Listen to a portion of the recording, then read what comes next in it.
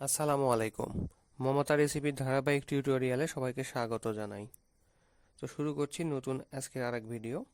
তো তার জন্য আমরা নদীর মাছ নিয়েছি এবং তাতে লবণ, হলুদ, মরিচ, ধনিয়ার গুঁড়া দিয়ে দিলাম এবং পাঁচফোড়ন গুঁড়া দিয়ে দিলাম এবং মাছগুলো হাত দিয়ে নেড়েচেড়ে ভালো করে মাখিয়ে নিচ্ছি এবং অবশ্যই ভালো করে মাখতে হবে যেন মাছের ভিতরে মশলাগুলো ভালোভাবে ঢুকে যায়। তো তারপর এগুলোকে সাইডে রেখে চুলায় আমরা একটি কড়াই বসালাম। তারপর রান্নার তেল দিয়ে দিচ্ছি। তো আমরা এখানে সরিষার তেল ব্যবহার করেছি, আপনারা চাইলে আপনাদের পছন্দ মতো তেল ব্যবহার করতে পারেন। তারপর দিয়ে দিলাম পেঁয়াজ কুচি। এখন পেঁয়াজ কুচিগুলো নেড়েচেড়ে চুলার আঁচ মিডিয়ামে রেখে আস্তে আস্তে ব্রাউন কালার করে ভেজে নিতে হবে। দেখতে পাচ্ছেন আমাদের পেঁয়াজগুলো ব্রাউন কালার করে ভেজে নেওয়া হয়ে গেছে। এখন আমরা আস্ত জিরা দিয়ে দিলাম। তারপর সে মেখে রাখা মাছগুলো দিয়ে দিলাম। এখন চুলার আঁচ একটু বাড়িয়ে দিয়ে এগুলোকে নেড়ে চেড়ে দিচ্ছি যেন মশলাগুলোর সঙ্গে ভালোভাবে মিশে যায়। তারপর হালকা করে একটু পানি দিয়ে দিলাম যেন মাছগুলো তাড়াতাড়ি সেদ্ধ হয়। দেখতে পাচ্ছেন মাছগুলো 2-3 মিনিটের মধ্যে বেশ সেদ্ধ হয়ে গেছে। আমরা হালকা করে নেড়ে দিচ্ছি। তো খুব সাবধানতার সঙ্গে নাড়াচাড়া করতে হবে যেন ভেঙে না যায়।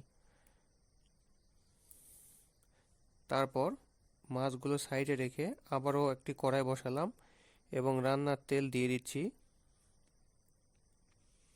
তারপর তেলের মধ্যে আবারও পেঁয়াজ কুচি ছেড়ে দিলাম এবং এগুলোকেও আগের মতো ব্রাউন কালার করে ভেজে নিচ্ছি।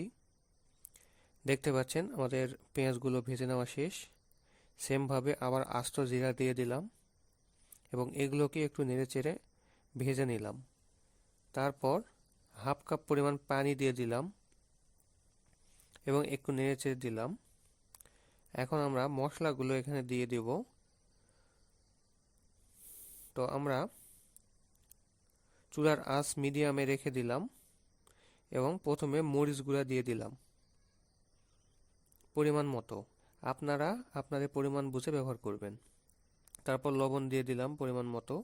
তারপর দিচ্ছি হলুদ গুঁড়া। তারপর দিলাম পাঁচফোড়ন। তারপর দিলাম ধনিয়ার গুঁড়া। তারপর আদা ও রসুন বাটা দিয়ে দিলাম। এখন আমরা আস্তে আস্তে নেড়েচেড়ে এগুলোকে কষিয়ে নেব। তারপর অল্প পরিমাণে একটু গরম মশলার পেস্ট দিয়ে দিলাম। এখন এগুলো ভালোভাবে নেড়েচেড়ে নিচ্ছি এবং মশলাগুলোকে কষিয়ে নিতে হবে, তা না হলে তরকারি থেকে মশলার গন্ধ বের হতে পারে। তো চুলার আঁচ মিডিয়ামে রেখে আস্তে আস্তে নেড়েচেড়ে মশলাগুলোকে ভালোভাবে কষিয়ে নেবেন। তারপর দিয়ে দিচ্ছি সবজি। তো আমরা এখানে সবজি হিসাবে নিয়েছি আলু ও বেগুন। তারপর আমরা এগুলোকে ভালোভাবে নেড়েচেড়ে মশলাগুলোর সঙ্গে মাখিয়ে নিয়েছি। তো এইভাবে আপনারা একটু আস্তে আস্তে নেড়েচেড়ে মাখিয়ে নেবেন। তারপর দিয়ে দিচ্ছি 1 গ্লাস পরিমাণ পানি। আবারও নেড়েচেড়ে দিচ্ছি। হালকা করে একটু নেড়েচেড়ে দিলাম। এখন চুলার আঁচ বাড়িয়ে দিতে পারেন। তারপর ঢেকে দিচ্ছি। ফিরে এলাম 6 মিনিট পর। দেখতে পাচ্ছেন সবজি মোটামুটি সিদ্ধ হয়ে এসেছে। তো হালকা করে একটু নেড়েচেড়ে দিচ্ছি। আপনারাও এখন চুলার আঁচ একটু মিডিয়াম করে দিবেন এবং আস্তে আস্তে এগুলো নেড়েচেড়ে দিবেন, উল্টে পাল্টে দেবেন। তো আমরা আস্তে আস্তে এগুলো নেড়েচেড়ে দিলাম, আপনারা এভাবে দিবেন। তারপর আমরা আরও একটি সবজি অ্যাড করছি, দেখে নিশ্চয়ই চিনতে পারছেন, ঢেঁড়স। তো আমরা মাঝারি সাইজ করে কেটে নিয়েছি এবং এগুলোকে নেড়েচেড়ে ভালোভাবে মিশিয়ে নিচ্ছি। আমরা প্রথমে দিইনি এই কারণেই যে প্রথমে দিলে এগুলো গলে যায় এবং তরকারি একটু কেমন কেমন ল্যালপা হয়, অনেকে এটি খেতে পছন্দ করেন না। ওই জন্য আমরা পরে দিয়েছি যেন আস্ত থাকে, গোটা থাকে এবং খেতে ভালো লাগে। তো আমরা একটু পানি দিয়ে দিলাম যেন ঢেঁড়সটুকু সিদ্ধ হয়ে যায় এবং সবজিটুকু ভালোভাবে সেদ্ধ হয়ে যায়। তো তারপর আমরা কাঁচা মরিচ ছেড়ে দিলাম। ঢেঁড়স সাধারণত সিদ্ধ হতে খুব একটা বেশি সময় লাগে না, অল্প পানিতেই সিদ্ধ হয়। তো এটা নিয়ে কোনো টেনশনের বিষয় নেই। এরপর আমরা সেই মাছগুলো আস্তে আস্তে দিয়ে দিচ্ছি। তাড়াহুড়া করবেন না, তাহলে ভেঙে যেতে পারে।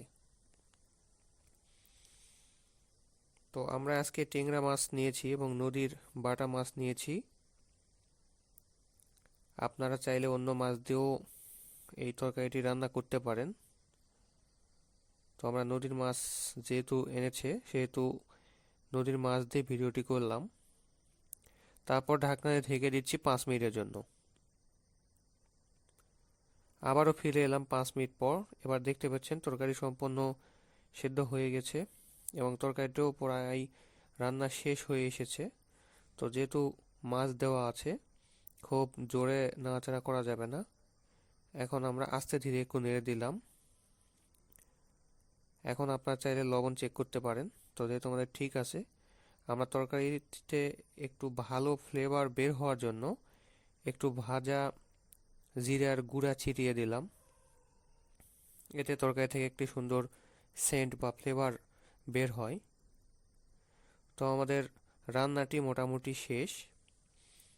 আপনারা এভাবে সহজভাবে রান্নাটি করে ফেলতে পারবেন এবং আপনাদের যদি কোনো কাঙ্ক্ষিত ভিডিও থাকে তাহলে আমাদের কমেন্ট বক্সে জানাবেন, আমরা সেই রিলেটেড একটি ভিডিও আপলোড করার চেষ্টা করব। তো এই ছিল আজকের ভিডিও।